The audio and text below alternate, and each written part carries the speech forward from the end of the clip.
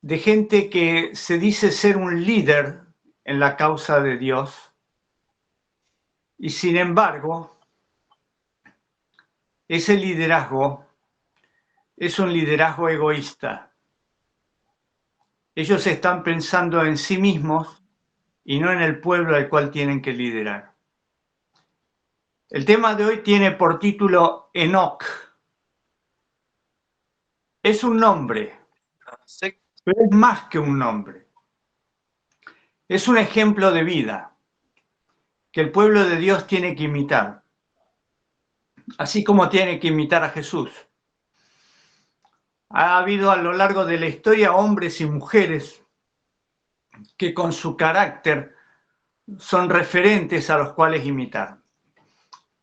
Algunas personas dicen que es difícil vivir sin pecar, que es imposible vivir sin pecar.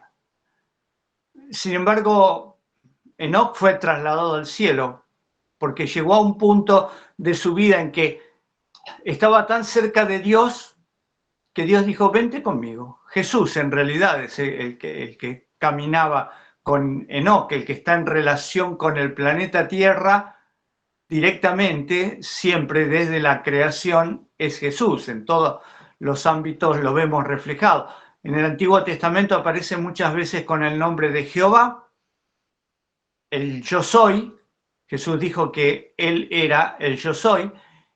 Y también el ángel de Jehová es Jesús, que quiere decir el enviado de Dios, el enviado del Eterno. Y Jesús también es eterno. Así que aparece en todo el Antiguo Testamento relacionándose con la humanidad y especialmente relacionándose con aquellos que le aman y lo obedecen, como es el caso de Enoc. Enoc conoció personalmente a Adán.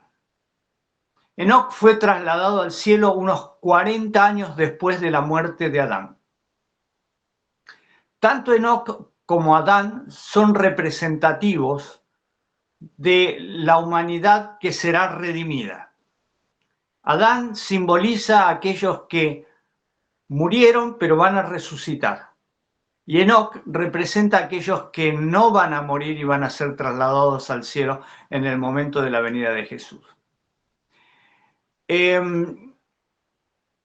¿Cuáles eran las características de la sociedad en el tiempo de Enoc? Esto lo encontramos en el libro Patriarcas y Profetas. Y allí se nos dice cómo era el tiempo de Enoc. Es en el capítulo 6 donde encontramos la historia de Set y de Enoc. Dicen las escrituras que Enoc tuvo un hijo a los 65 años, página 71. Después anduvo con Dios durante 300 años. En la primera parte de su vida, Enoc había amado y temido a Dios y guardado sus mandamientos. Durante los 65 años, primero. Pertenecía al santo linaje y a los depositarios de la verdadera fe, a los progenitores de la simiente prometida. De labios de Adán había aprendido la triste historia de la caída y las gozosas nuevas de la gracia de Dios contenidas en la promesa y confiaba en el Redentor que vendría. Pero, después del nacimiento de su primer hijo, si ustedes recuerdan cuál fue el primer nombre del primer hijo de Enoc, era Matusalem. Enoc era el padre de Matusalem. Enoc alcanzó una experiencia más elevada, fue atraído a más íntima relación con Dios, comprendió más cabalmente sus propias obligaciones y responsabilidades como hijo de Dios.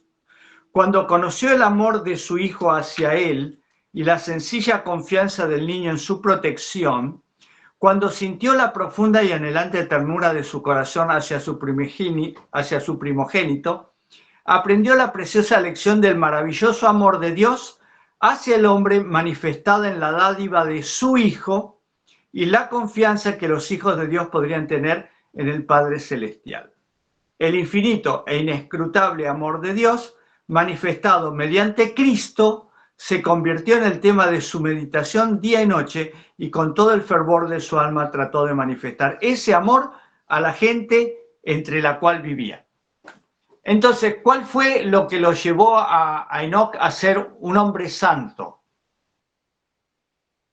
Entender el amor de Dios que iba a dar a su hijo, no a otro Dios, sino a su propio hijo por la humanidad. Y el caso de Enoc es un caso que se puede imitar perfectamente en nuestro tiempo, porque recordemos que la humanidad, que constaba de grandes hombres intelectualmente muy avanzados, mucho más avanzados que lo que es la humanidad hoy, estaba pervirtiéndose. Adán murió a los 930 años, pero antes de la muerte de Adán ya la humanidad estaba bastante pervertida. Incluso Elena de White dice que al principio, cuando pecó y Dios le dijo vas a morir, él pensó con terror en esa muerte y deseó no morir. Pero después de 900 años y ver lo que pasó en el mundo en esos 900 años, cuando ya estaba viejo, Enoc, Adán, deseaba morir, deseaba descansar, quería morir. Pobre Adán, ¿no? Había visto el desastre en que se había convertido el mundo. Dice Elena de White en la página 73, Patriarcas y Profetas, Enoc se convirtió en el predicador de la justicia e hizo saber al pueblo lo que Dios le había revelado. Los que temían al Señor buscaban a este hombre santo para compartir su instrucción y sus oraciones. También trabajó públicamente dando los mensajes de Dios a todos los que querían oír las palabras de advertencia. Su obra no se limitaba a los descendientes de Set.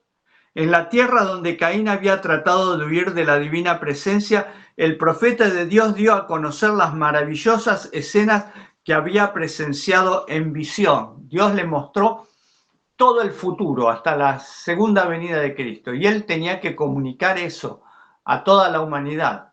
Hay escenas que lo habían impactado y él sentía ese deseo. He aquí, dijo, el Señor es venido con sus santos millares a hacer juicio contra todos y a convencer a todos los impíos, de entre ellos tocante a todas sus obras de impiedad que han hecho impíamente. Enoc condenaba intrépidamente el pecado, mientras predicaba el amor de Dios en Cristo a la gente de aquel entonces y les rogaba que abandonaran sus malos caminos, reprobaba la prevaleciente iniquidad y amonestaba a los hombres de su generación, manifestándoles que vendría el juicio sobre los transgresores. Dígame, ¿no es este nuestro mensaje para hoy en día también? Claro que sí, es el mismo mensaje. El mensaje de Enoc, y estamos hablando de algo que ocurrió hace 5.000 años. Y Dios no cambió su mensaje. Algunas personas se burlan y dicen, ¿cuántos años hace que están predicando que va a venir una ley dominical, que Jesús va a venir y no viene? Hace 5.000 años, hace 6.000 años que se está predicando eso. Y con razón, y los que predicaron eso y los que siguen predicando ahora son bendecidos por Dios. Aquí en este capítulo se habla de que Enoc vivía en el campo y predicaba en las ciudades. Por eso logró ese estatus de bienestar, de santidad, porque vivía en el campo, en contacto con la naturaleza, lejos de las perversas ciudades que ya se habían multiplicado por toda esa tierra. Recuerden ustedes que el primero que creó una ciudad fue Caín. En el Génesis capítulo 4 se habla que fundó una ciudad y les puso el nombre de su hijo, que casualmente también se llamaba Enoc. Pero no es este Enoc. Y nos sentimos identificados con Enoc. ¿Saben que no? Y eso es lo que a mí me duele muchísimo. Porque escucho a predicadores, ya sean predicadores de pastores o laicos, no importa, hay gente que tiene miedo de salir de las ciudades, se han acostumbrado a vivir en las ciudades, en medio de la inmundicia de las ciudades, y tienen miedo de salir de allí. Y entonces en sus predicaciones le dicen a la gente, sí, va a llegar un momento en el que habrá que huir de las ciudades, y es cuando es la ley dominical. Pero no dicen solamente huir, dicen salir de las ciudades durante la ley dominical. Y eso no es lo que dice la palabra de Dios. Eso no es lo que dice la sierva del Señor.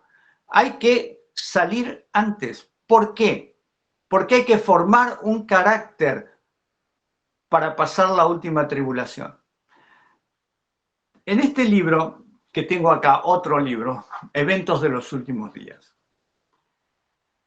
Elena de White también habla de Enoc y dice así: Enoc tuvo tentaciones así como nosotros. Estuvo rodeado por una sociedad que no fue más amiga de la justicia que la que nos rodea a nosotros hoy. La atmósfera que respiraba estaba contaminada de pecado y corrupción, y lo mismo que la nuestra. Sin embargo, vivió una vida de santidad. No se dejó contaminar por los pecados prevalecientes de la época en que vivió. De la misma manera podemos nosotros permanecer puros e incorruptos. Enoc vivía en el campo e iba periódicamente a las ciudades a predicar, y cuando la gente escuchaba su predicación se unía a él y se iban a vivir al campo para tener una relación más directa con Dios. Elena de White en el capítulo 6, en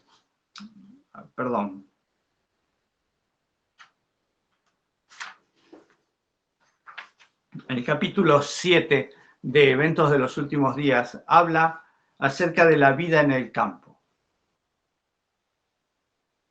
Y dice así: los padres y las madres que poseen un pedazo de tierra y un hogar cómodo son reyes y reinas. Fíjense con qué poco, ¿no? Con poseer un pedazo de tierra. No dice muchas hectáreas, no dice grandes campos, no, un pedazo de tierra. Porque es en la tierra donde uno aprende a conocer el amor de Dios. No la conoce en el cemento de las ciudades, en el vidrio o en el plástico. No. La conoce al ver crecer los árboles, al ver crecer el césped, al ver a los animales, a los pequeños animales, o a los grandes animales. Página 99 ella dice: volvemos a decir fuera de las ciudades.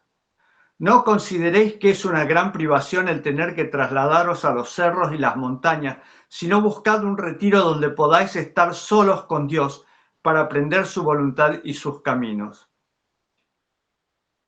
Insto a nuestro pueblo a que convierta la búsqueda de la espiritualidad en la obra de su vida. Cristo está a las puertas. Por eso digo a nuestro pueblo: no consideréis que es una privación el ser llamados a dejar las ciudades para trasladaros al campo. Allí esperan abundantes bendiciones para los que deseen aprenderlas. Al contemplar las escenas de la naturaleza, las obras del Creador, y al estudiar la obra de la mano de Dios, seréis transformados imperceptiblemente a su misma imagen. Qué fácil que se hace la vida espiritual de una persona que vive en el campo. Es más fácil criar a los niños en el campo, en contacto con la naturaleza. Se prescinde totalmente de las tablets o de los teléfonos celulares. No hay tiempo para eso. Los niños se cansan al estar haciendo tareas en el campo. Cortar el césped, ayudar a plantar, ayudar a cosechar. Todo eso es un beneficio que la gente de la ciudad no puede comprender hasta que un día van a visitar el campo y ven a sus hijos corriendo detrás de algunos animalitos, como pueden ser ardillas, liebres o cualquier otro animal, y se divierten y se cansan y vuelven cansados a sus casas. Pero ¿saben qué? Vuelvo a decirlo, a mí me duele mucho en el corazón que muchos predicadores dicen, no, hermano, hay que evangelizar las ciudades. Usted no salga de la ciudad hasta la ley dominical. Recién en la ley dominical usted tiene que salir de las ciudades. Y lo dicen a propósito, porque confunden dos palabras. Una palabra es huir y la otra palabra es salir. No son lo mismo. Uno sale con tiempo, con preparación, meticulosamente, con tranquilidad. En la huida uno sale como puede, con una mano atrás y otra adelante, corriendo como corría Lot o como lo hicieron correr a Lot los ángeles que lo sacaron de Sodoma. ¿Y quién quiere esa experiencia? ¿Quién la quiere para sí esa experiencia? Muchos predicadores le dicen, predicadores adventistas, porque los predicadores de otras religiones ni les importa, porque ellos piensan que van a ser arrebatados antes de la tribulación, así que no importa dónde estén viviendo. Pero nosotros sabemos que la vida en el campo es para la edificación de nuestro carácter. Así lo dice Elena de White. Los padres acuden con sus familias a las ciudades porque se imaginan que allí es más fácil ganarse la vida que en el campo. Los hijos, no teniendo qué hacer, cuando no están en la escuela, se educan en la calle. De las malas compañías adquieren hábitos de vicio y disipación. Enviad a los hijos a escuelas ubicadas en la ciudad donde toda clase de tentación aguarda para atraerlos y desmoralizarlos, y la obra de la edificación del carácter será 10 veces más difícil tanto para los padres como para los hijos. Las ciudades rebosan de tentaciones. Debemos planear nuestra obra de tal manera que mantengamos a nuestros jóvenes tan alejados como se pueda de esa contaminación. Y muchos padres hoy lloran y dicen, mi hijo no va a la iglesia, mi hijo tiene 12, 13, 14 años y ya no quiere ir más a la iglesia. ¿Qué puedo hacer? Y tendría que haberlo educado en el campo. Lo educó en medio de la basura, le dio de comer basura. ¿Y qué quiere? Que tenga la mente sana. Llenó su mente de basura y ahora es 10 veces más difícil. Es tiempo de que nuestro pueblo lleve a sus familias de las ciudades a localidades más apartadas. De lo contrario, muchos de los jóvenes y también muchos de los de más edad serán entrampados y arrebatados por el enemigo. Página 100 de Eventos de los Últimos Días.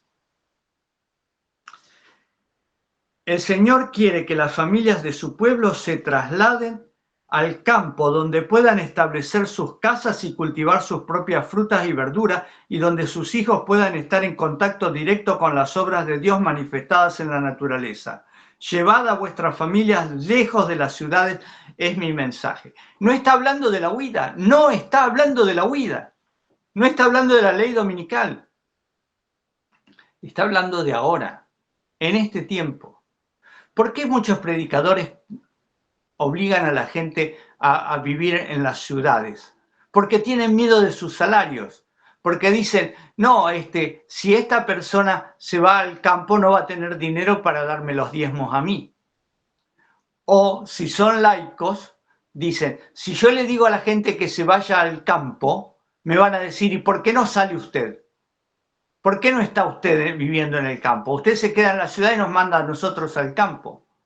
Como nadie quiere hacerlo, entonces este mensaje se calla, se ignora o se confunde. Y eso casi que es peor. Porque se le dice a la gente, hay que predicar en las ciudades, y es verdad. Pero para predicar en las ciudades, no necesariamente uno tiene que estar en la ciudad. Página 98, eventos de los últimos días. Hay que trabajar en favor de las ciudades desde puestos de avanzada. El mensajero de Dios dijo, ¿no serán amonestadas las ciudades? Sí, pero no por el pueblo de Dios que viva en ellas, sino mediante sus visitas realizadas para advertirles de lo que acontecerá sobre la tierra. Entonces, es una falacia, es una mentira decirle que el que está en la ciudad es el que va a predicar el evangelio. No, no lo hacen ahora ni lo van a hacer. Porque no tienen el carácter formado a la semejanza del Hijo de Dios. Elena de White lo dice muy claro. ¿No serán amonestadas las ciudades? Sí, pero no por el pueblo de Dios que viva en ellas. Y esta cita está en el libro Evento de los Últimos Días y lo tiene todos los dirigentes de la iglesia y todos los hermanos deberían tenerlo. Y entonces, ¿por qué hacen la pregunta? ¿Cuándo tenemos que salir de las ciudades? Hace años que tendrían que haber salido de las ciudades. Pero ahora viene el otro tema. La gente que no ejerce la fe se pregunta, no tengo dinero para comprar un terreno. A ver, vayamos a la historia de Abraham. Cuando Dios le dijo a Abraham que saliera de Ur de los Caldeos, Abraham no preguntó a dónde voy a ir, simplemente salió y el Señor le dijo, yo te voy a mostrar el lugar. Yo tengo un lugar para ti preparado, te voy a mostrar. ¿Y cuánto pagó Abraham por la tierra que Dios le mostró? Nada, porque vivió ahí durante muchos años sin pagar nada. La primera propiedad que compró Abraham fue la cueva de Macpela para enterrar a su esposa.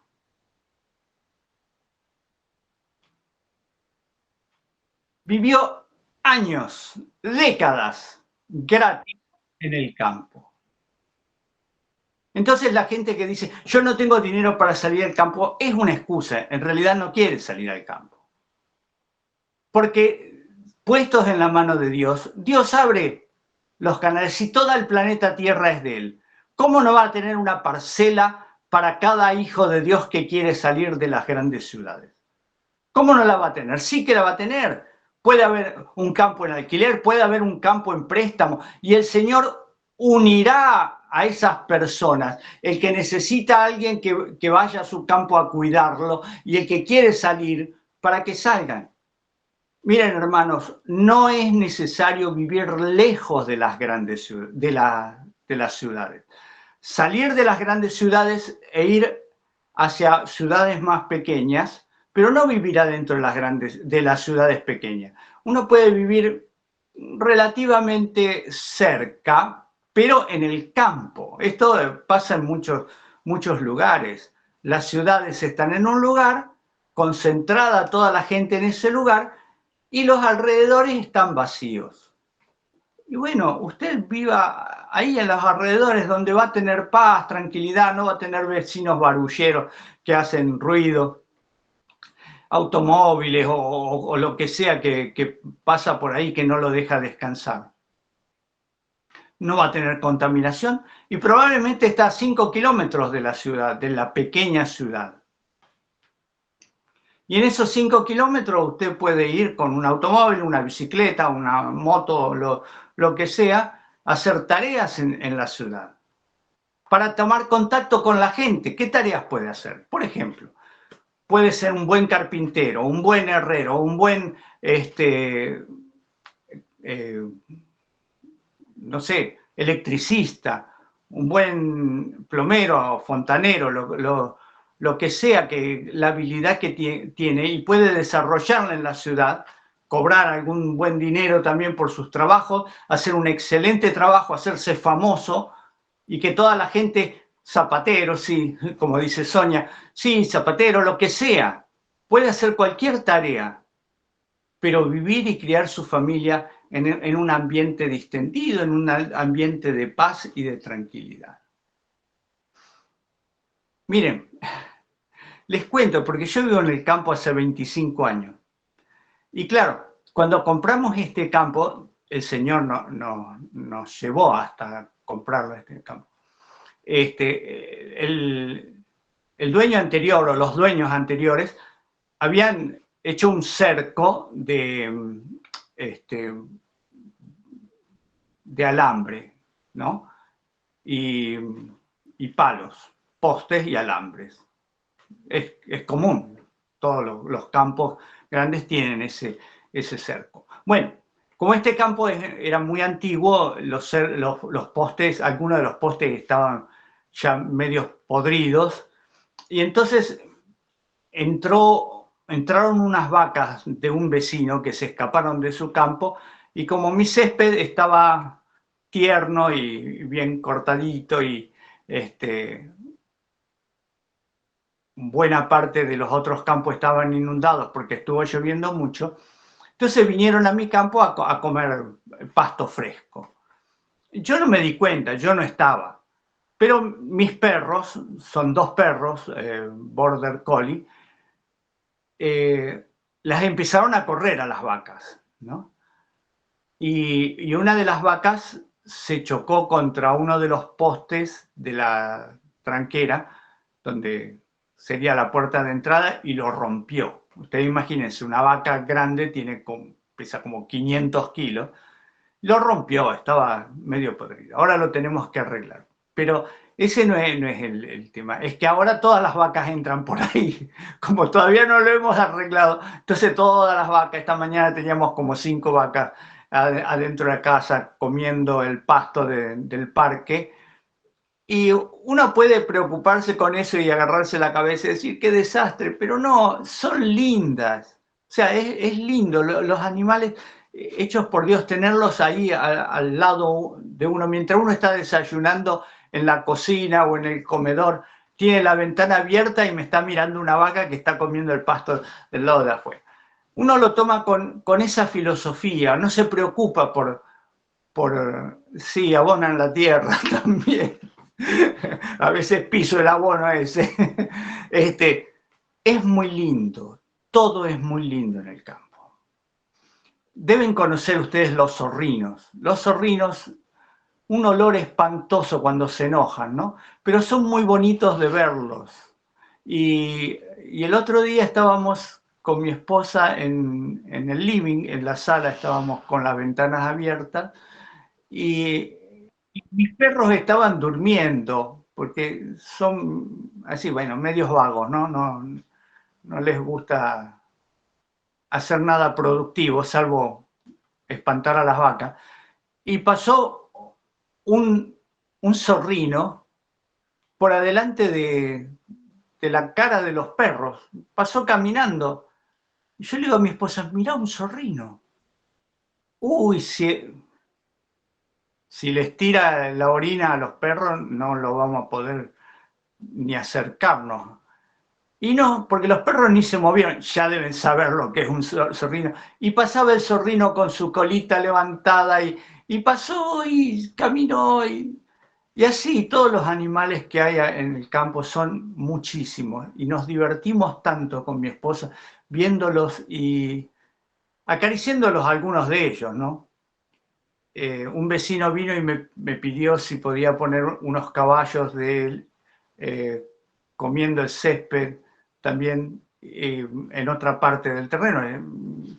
Nuestra propiedad son 6 hectáreas, unas 13 acres, para los que viven en Estados Unidos o que se manejan con ese tipo de información, de mediciones, ¿no? Unos 13, 14 acres más o menos. Y así que tengo un poco de terreno libre, y los caballos estaban pastando ahí, y viene mi nieto, un domingo creo que vinieron a almorzar con nosotros, mi hijo, su familia, mi nieto, tengo un solo nieto, viene y me dice, abuelo, hay caballos. Digo, ¿querés venir a tocarlos a los caballos? Y se le iluminaron los ojos. Sí, quiero tocar un caballo. Y así que fuimos y él pudo acariciar los caballos, pues se dejan acariciar, son muy, muy mansos los caballos, como los perros, ¿no? Si uno va con cariño, los animales se dejan. Es una forma de acercarnos a la creación de Dios. Es tan lindo estar con los animales.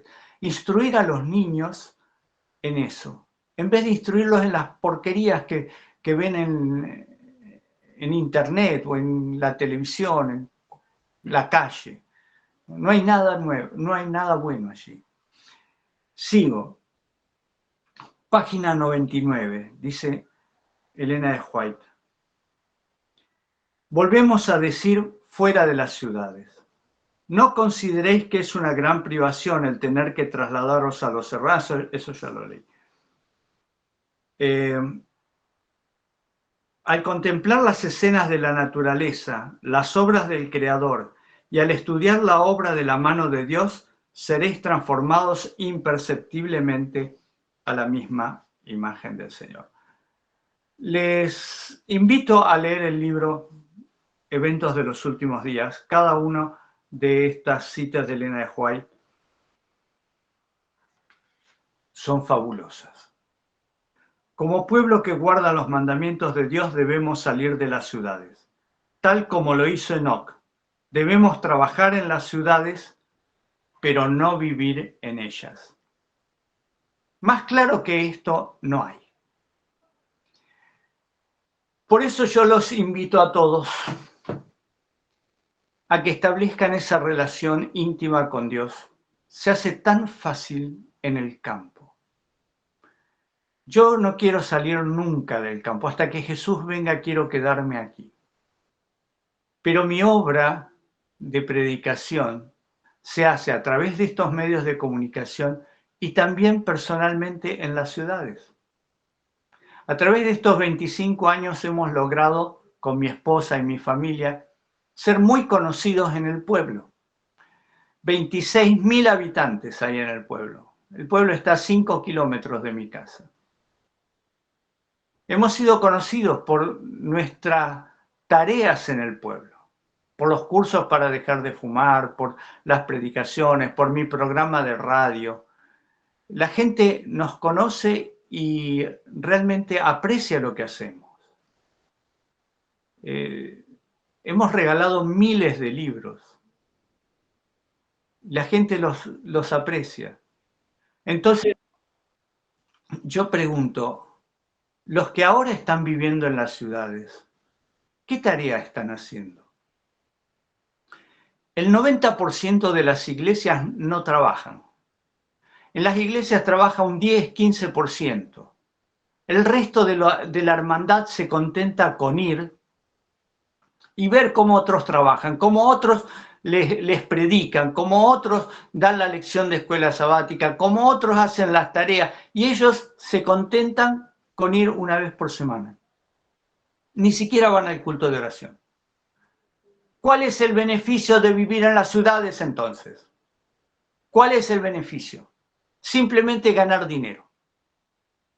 Miren, mis hermanos, en el campo se vive con la mitad del dinero que se vive en la ciudad. Se lo puedo asegurar, yo vivo en el campo. Cada vez que tengo que ir a Buenos Aires, que me queda a 200 kilómetros, la ciudad de Buenos Aires me queda a 200 kilómetros, la ciudad que tengo cerca se llama Las Flores y es mediana, 26.000 habitantes, pero Buenos Aires es grande. Y cada vez que tengo que ir a Buenos Aires sufro. Sufro por dos razones. Por el tráfico, el tránsito que hay, que es terriblemente enloquecido, toda la gente está loca. Nunca hay lugar donde estacionar el auto. Y la otra razón es que cada vez que tengo que hacer algo, me cuesta fortuna, todo me cuesta el doble de lo que pago acá en Las Flores. Y entonces cuando alguien dice, yo quisiera vivir en el campo, pero no me va a alcanzar lo que gano. Sí, le va a alcanzar. ¿Sabe qué? Le va a alcanzar y le va a sobrar. Si se pone en las manos de Dios y hace la voluntad de Dios, todo le va a alcanzar. Es difícil para cada uno de nosotros confiar en Dios. Yo lo sé. lo sé por experiencia personal. Por eso digo estas cosas, porque a mí me costó cuando el Señor me dijo en 1996. En 1996 el Señor me dijo, si sigues predicando estos temas sobre la venida de Jesús y los cumplimientos de la profecía, si sigues predicando estos temas tienes que cambiar tu estilo de vida. Yo hasta 1995 comía carne. No una cosa que comía todos los días carne, de vez en cuando comíamos carne. Y el Señor me dijo, no, ese no es el plan de salud que yo le di a Elena de White. Cuando empecé a estudiar eso, yo dije, bueno, le dije a mi esposa, tenemos que dejar de comer carne. Mi esposa dijo, sí, no hay problema, a mí no me importa ni me gusta mucho la carne, así que no hay problema. Y a mí tampoco, así que no fue difícil para nosotros. Hace casi 30 años que no comemos carne y estamos re bien de salud. No hemos padecido ninguna de las plagas que ha habido en los últimos años. No las hemos padecido. El campo nos da una vitalidad que mucha gente me dice, usted se lo ve más joven de lo que es. Cuando les digo la edad que tengo, 67 años, mucha gente dice, parece más joven de lo que es. Sí, porque respiro aire puro, porque tomo agua pura, no contaminada, porque como alimentos sanos. Entonces, el Señor me dijo, si querés seguir predicando, tenés que cambiar, porque la gente te va a preguntar y vos no le vas a poder mentir, o vas a tener que encontrar alguna excusa para decirle que la carne está autorizada, y yo no autoricé la carne. La carne va a ser cada vez peor. Así que dejamos de comer carne. Y después el Señor me dijo, si seguís predicando esto, te vas a tener que ir a vivir al campo, porque ese es mi plan. Cuando salió el libro Eventos de los Últimos Días y yo lo empecé a leer, yo dije, tengo que irme a vivir al campo, pero yo no quería vivir en el campo porque tenía una vida muy, muy buena en la ciudad, muy buena. Ustedes no se imaginan lo bien que yo vivía en la ciudad y lo feliz que era viviendo en la ciudad. ¿Por qué? Porque tenía un trabajo excelente, porque podía hacer la obra de Dios. Yo predicaba en todas las iglesias de Buenos Aires, todos los sábados del año, tenía mi agenda llena de pedidos de predicación a la mañana y a la tarde, y a mí me encantaba eso. Y yo decía, mira Señor, ¿cómo estoy haciendo la tarea acá en la ciudad? ¿Por qué me quieres sacar? Donaba y daba mis cifras muy, muy grandes porque a mí me sobraba el dinero viviendo en la ciudad. Y el Señor me decía, ¿sabes que tu vida no vale nada si yo no te protejo? Tenés que ir a vivir al campo. Y con mucho dolor le dije, está bien, Señor, dirígeme tú y yo voy a ir. Y el Señor, después de 2 años de ir y andar por todos lados, buscando cuál era el lugar, Él me dijo, este es el lugar. Y este fue, hace 25 años que estamos acá. ¿Pasamos hambre? No. ¿Tuvimos que apretarnos el cinturón? Sí, sí, ya no sobraba el dinero como sobraba antes. Ahora había que contar las monedas, pero valió la pena. Mis hijos se criaron en un ambiente en el cual sabían que no se podía derrochar nada, nada. Tenían que cuidar el calzado y la ropa, cosa que cuando vivíamos en Buenos Aires no le importaba porque podíamos comprar, nos sobraba el dinero para eso. Pero eran chiquitos, eran pequeños cuando nos vinimos a vivir acá y supieron en experiencia propia que había que ahorrar y que había que ser muy meticulosos y que, bueno, había que comer lo justo, lo que se podía comer. Fueron años duros, pero fueron años bendecidos. ¿Y saben qué? Yo me doy cuenta ahora, cuando mis hijos son grandes, ya mi hija menor tiene 29 años, la mayor tiene 38, y 2 hijos entre medio. también de 30 y tantos años. Ellos me dicen, papá, los mejores años de mi vida fueron los años que pasamos en la chacra, ahí en el campo. Qué lindo que era. Uno de mis hijos vivía subido en los árboles. Yo le decía, sos un mono, parecés un mono, todo el tiempo subido en los árboles. Dice, pero es que me gusta subirme a pensar. O sea, él subía a los árboles y desde ahí arriba miraba todo el paisaje y pensaba. Ahora es el director de jóvenes de la iglesia de Palermo, en Buenos Aires. Y así, cada uno de mis hijos y de mis hijas aprendieron a cocinar, porque no había televisión acá. Acá había lectura, una biblioteca grande y llena de libros para todos mis hijos, porque los inviernos son duros, como les comenté antes de empezar la reunión, son duros acá, y ellos se metían en sus camas, se tapaban y se ponían a leer, y así pasábamos los inviernos en el campo. Es mi experiencia, la quiero compartir con ustedes y la puedo compartir todo lo que quieran preguntarme, yo puedo darles los consejos que quieran, pero el consejo fundamental es salgan de las ciudades para criar a sus familias en el campo y salgan ahora. Ya no hay tiempo, están perdiendo un tiempo precioso porque vienen aprietes, vienen cosas, van a perder el dinero, van a perder sus trabajos, la inteligencia artificial va a cambiar el mundo en los próximos años. Los niños crecen, los niños se hacen adolescentes, se hacen adultos, y si se crían en la ciudad cuando sean adolescentes, usted no los va a poder meter en la iglesia. Si no lo hizo antes, va a ser muy difícil. También lo he visto en un montón de gente llorando porque sus hijos ya no están en la iglesia. Y vienen a pedir oración, pero si uno no hace la tarea, las oraciones no la pueden hacer. No perdamos más tiempo, mis hermanos. Oremos nosotros, los padres, para que el Señor nos oriente. Seamos personas dedicadas a la crianza de nuestros hijos en medio de la oración, aferrándonos a las promesas del Señor, de que si los padres son justos, sus hijos van a tener alimento siempre, no importa de dónde. Hubo un momento, y con esto cierro, porque es una experiencia que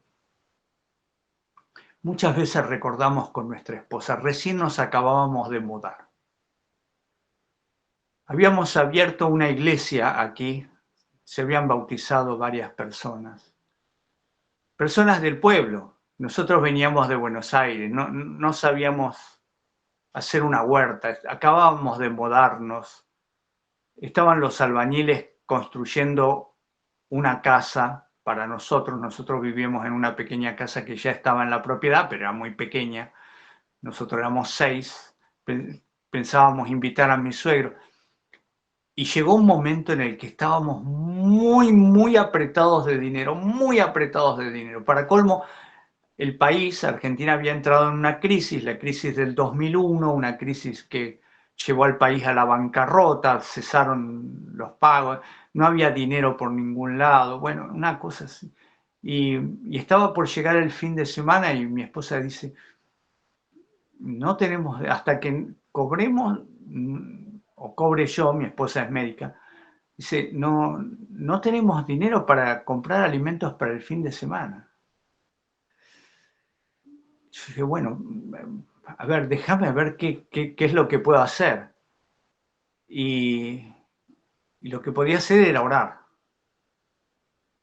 Y en eso que estábamos orando, no en el momento de la oración, sino una hora o 2 horas después, no recuerdo exactamente, pero fue así. Sentimos que alguien llama, no a la puerta, llama desde afuera, porque como vivimos en el campo, las casas están lejos de la puerta de entrada. y salgo a ver, y era una hermana de iglesia que se había venido en bicicleta los 5 kilómetros que tiene que cruzar una ruta. Se había venido en bicicleta, en una bicicleta que tiene un carrito atrás, ¿no? Y en el carrito traía una canasta llena de verduras y frutas. Y nosotros la mirábamos así, hermana. Dice, mire, tuve tanta producción que estoy regalando y sentí que tenía que regalarles a ustedes porque tienen muchos hijos. Comimos más de una semana, era terrible la cantidad. Mi esposa hizo tartas de acelga, de espinaca, de todo. Comimos de todo. Esta hermana tenía, porque ella tenía una huerta grande y se dedicaba a eso. Y entonces vino a regalarnos eso en agradecimiento porque nosotros éramos los líderes de la iglesia. Y hacía, qué sé yo, 6 meses que estábamos viviendo acá, o un año, pónganle, todavía no habíamos, menos de un año. No habíamos tenido en producción nosotros, que tampoco sabíamos mucho de plantar. Pero Dios nos respondió de esa manera. Y eso es lo que hace Dios. Y eso es vivir por fe. Y tengo tantas anécdotas de cómo Dios me ha mostrado que para Él nada es imposible, y que sus hijos no van a pasar hambre porque Él tiene muchos recursos. Lo único que nos pide es tengan fe. Pruébenme, tengan fe. Así como Abraham salió y no sabía dónde iba y Dios lo sostuvo, lo mismo exige de ti, como a Enoc, como a Abraham, a menos que tú quieras ser como Lot. Y entonces tendrás la experiencia de Lot, que yo no la quisiera tener nunca, ni quisiera que nadie la tuviera. Lot perdió todo. Lot perdió a su familia, sus posesiones, y casi pierde su vida. Lot salió casi desnudo. Mis hermanos, no quiere eso Dios para ti. Dios quiere que seas feliz ahora, que te aferres a Él y que aprendas a confiar en Él. Porque cuando confías en Él, entonces estás preparado para las pruebas finales. Que el Señor te bendiga. Amén. Regálanos, querido hermano, la oración final, por favor. ¿Cómo no? Amado Padre Celestial, gracias por mostrarnos cómo es tu amor, cómo tú deseas beneficiar a tus hijos con la naturaleza que creaste, con la paz que tú nos puedes dar en un entorno natural. Señor, dale fe a cada uno de tus hijos para que ellos decidan dejar el mundo sin escuchar los malos consejos de aquellos que le dicen quédese en las ciudades porque usted tiene que predicar en la ciudad viviendo en la ciudad.